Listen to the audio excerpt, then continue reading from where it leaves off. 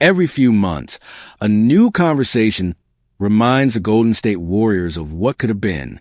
This time, it came straight from the player they passed on.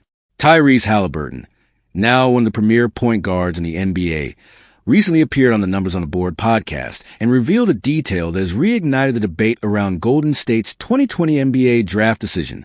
According to Halliburton, his pre-draft workout with the Warriors was the best of his entire draft circuit, and the team knew it.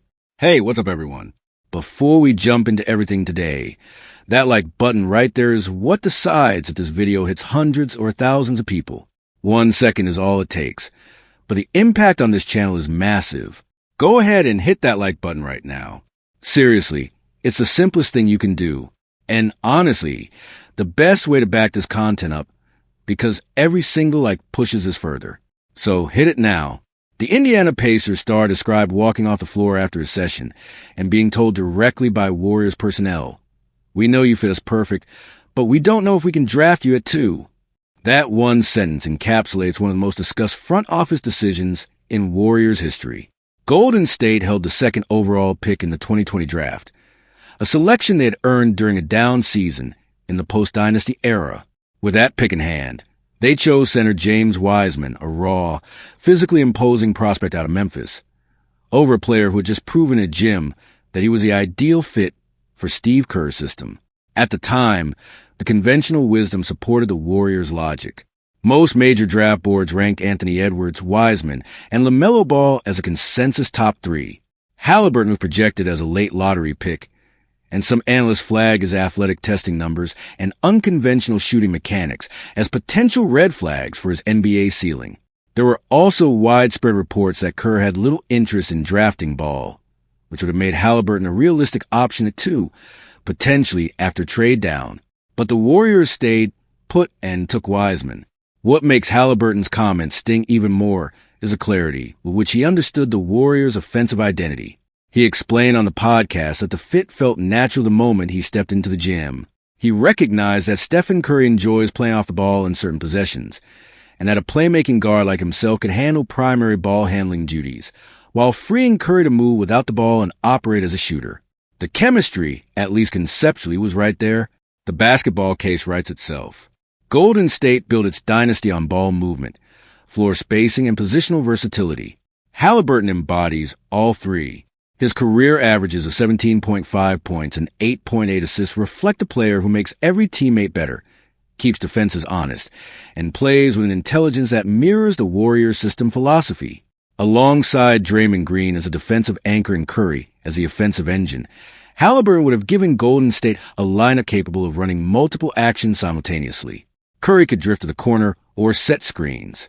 Halliburton could push pace off misses, find cutters, or locate Curry on relocations.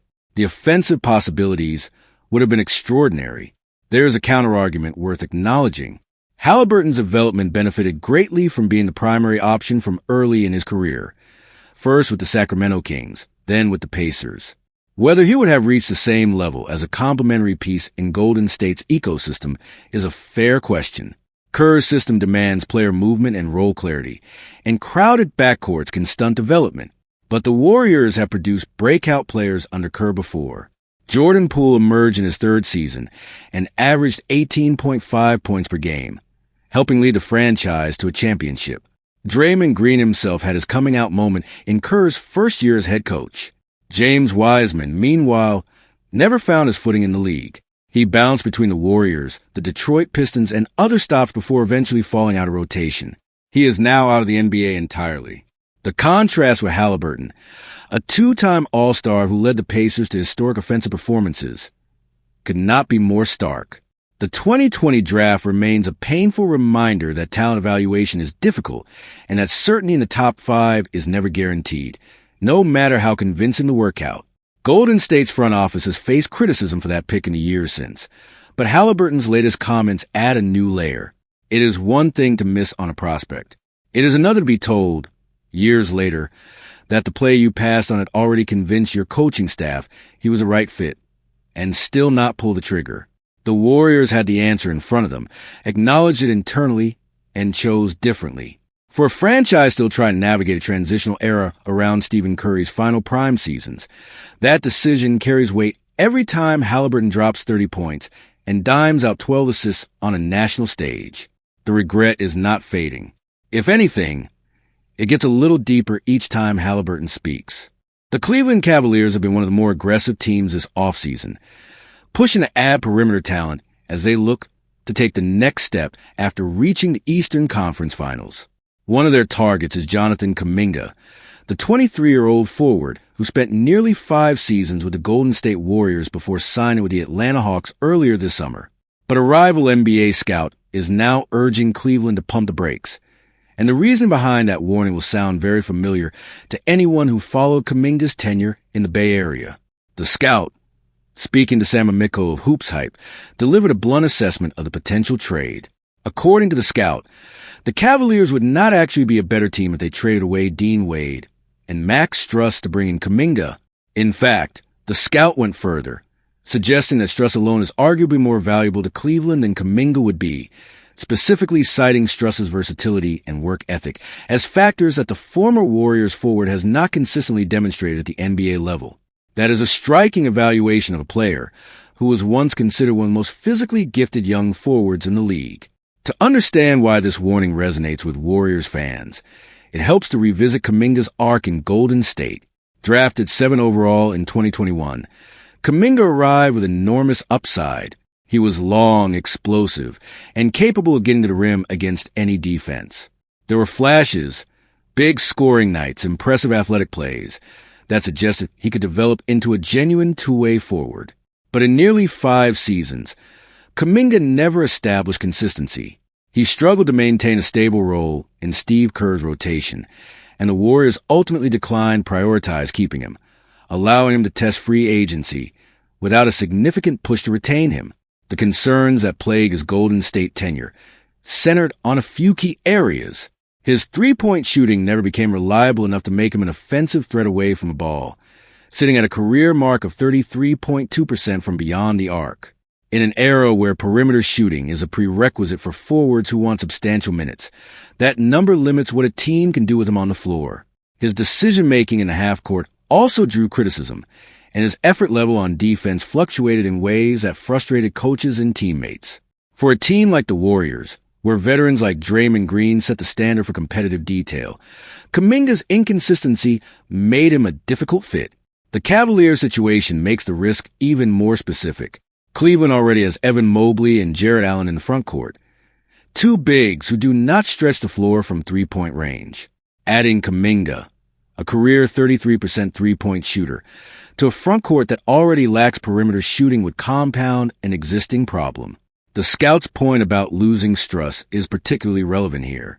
Struss is a reliable catch-and-shoot threat who has fit well in Cleveland's system, spacing the floor for their ball handlers and defensive bigs. Removing that shooting to bring in a forward with Kuminga's limitations seems counterproductive for a team that made the conference finals and is trying to compete for a championship. There is a separate Cavaliers target in this situation as well. Denver Nuggets restricted free agent Peyton Watson has reportedly been Cleveland's higher priority, and the scout addressed Watson too, describing him as an up-in-the-air fit despite a breakout season in which he averaged 14.6 points, 4.9 rebounds, and 2.4 assists while shooting 41.1% from 3. Watson's numbers make him a more appealing option than Kuminga from a shooting standpoint, though whether the Nuggets ultimately agree to a sign-in trade remains uncertain. Kuminga now faces an unsettled situation for the second straight offseason. Last summer, he went through a lengthy restricted free agency process with the Warriors before signing elsewhere. Now, just months into his time with Atlanta, the Hawks appear prepared to move on. The pattern is worth noting. Multiple front offices have had a close look at Kuminga and walked away or moved quickly to change course. That is not a damning verdict on a 23-year-old who still has time to develop, but it does suggest that the NBA's talent evaluators are not yet convinced that his upside translates into a reliable winning contribution. The Warriors learned that lesson over 5 seasons. Cleveland would be wise to take note before restructuring their roster around a player whose track record raises more questions than answers. The larger picture is about how Cleveland approaches team building during a critical window. The Cavaliers thrive on defense, rebounding, and efficient offense. Donovan Mitchell is their franchise player, and he needs shooters and defenders around him, not projects. Trading away two dependable veterans in Wade and Struss for a player who has not yet proven he can consistently impact winning is a gamble that could set Cleveland back. The scout's warning is direct and uncomfortable, but it reflects a reality that multiple front offices have already come to terms with regarding Kuminga's current profile. The Golden State Warriors already know their first major opportunity of the 2026-27 NBA season will carry extra weight when the Denver Nuggets host the Warriors at Ball Arena on October 25th, just the fourth game of the new season. The matchup will not only be about early standings. It will be the first chance for Golden State's players to share the same floor as Nikola Jokic, the three-time MVP who has quietly become the most discussed long-term recruitment target for the franchise. The conversation around Jokic and the Warriors took on new life this summer after Golden State missed out on two other marquee free agents, Giannis Antetokounmpo and LeBron James, during a busy offseason. With those targets off the board, speculation immediately shifted to who might be next on Golden State's list of dream acquisitions. Jokic's name rose to the top almost immediately, fueled by one significant contractual detail. The Serbian center holds a player option for the 2027-28 season, which he is widely expected to decline in order to sign a full 5-year maximum contract. That opt-out decision would make him an unrestricted free agent and open the door for teams with cap room, including, theoretically, the Warriors, to enter the conversation. Draymond Green has already leaned into the speculation. On his podcast, Green acknowledged the growing talk surrounding Jokic's future and suggested it would only intensify as the season progresses.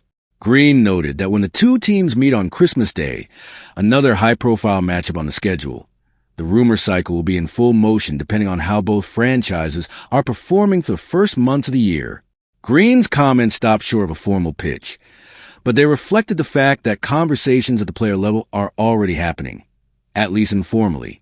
The question of who would actually lead the recruiting effort is a genuinely important one.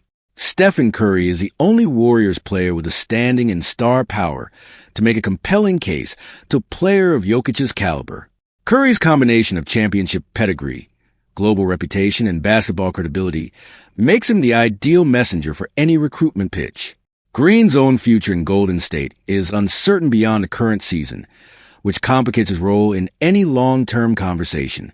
And Jimmy Butler, who joined the Warriors this past season, is currently recovering from injury and would likely not be part of the road trip to Denver when the teams meet in October. The financial picture is the foundation that makes this scenario possible at all. Golden State's roster is in a state of significant transition. Only a small group of players are under contract to the 2027-28 season, which means the Warriors currently project to have substantial cap flexibility in the summer when Jokic will become available, assuming he opts out as widely expected.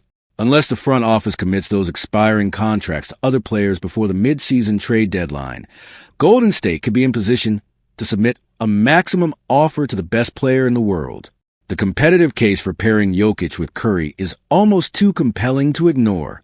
Jokic is the most complete offensive player in the modern NBA, a center who passes like a point guard, scores from every area of the floor, and elevates everyone around him.